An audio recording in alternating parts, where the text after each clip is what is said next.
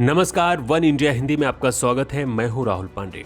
उत्तर प्रदेश चुनाव के 7वें फेज में पूर्वांचल के आजमगढ़ से वाराणसी तक के 9 जिलों की 54 विधानसभा सीटों पर 7 मार्च को मतदान होना है, जहां पर 613 उम्मीदवारों की किस्मत का फैसला होना है। बीजेपी और सपा के साथ साथ सहयोगी दलों की असल अग्नि परीक्षा इसी चरण में होनी है।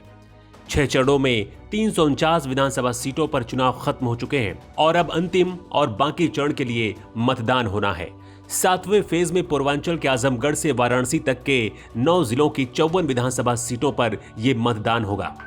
बीजेपी और सपा के साथ साथ उनके सहयोगी दलों की भी ये अग्नि परीक्षा होगी। इस बार पूर्वांचल के सियासी हालात थोड़े बदले हुए हैं। छोटे दलों में सुभाषपा ने इस बार समाजवादी पार्टी के साथ मिलकर चुनावी मैदान में है।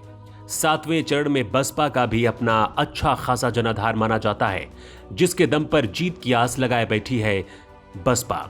7वें चरण में जिन सीटों पर चुनाव है, वहां पर 2017 के विधानसभा चुनाव को छोड़ दें तो जातिगत समीकरण 90 के दशक से हमेशा प्रभावी रहे हैं। राजनीतिक विश्लेषकों की माने तो आखिरी चरण के चुनावों में समाजवादी पार्टी और बसपा के साथ साथ राजभर, संजय निषाद और अनुप्रिया पटेल की भी अग्नि परीक्षा इस बार होनी है।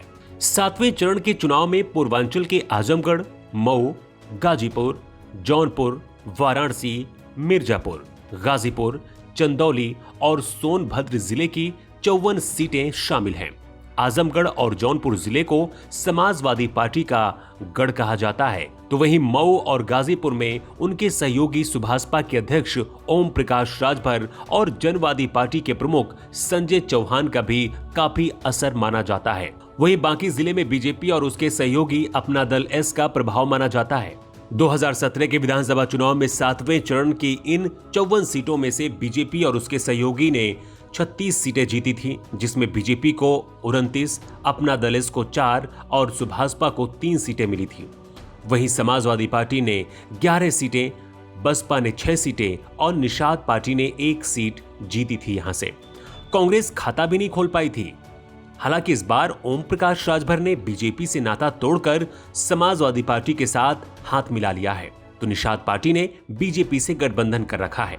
पूर्वांचल के इस फाइनल जंग में सभी पार्टियों ने अपने दिग्गजों को चुनावी प्रचार में पूरी तरह से उतार दिया था और आक्रामक तौर पर यहां पर खूब प्रचार हुआ।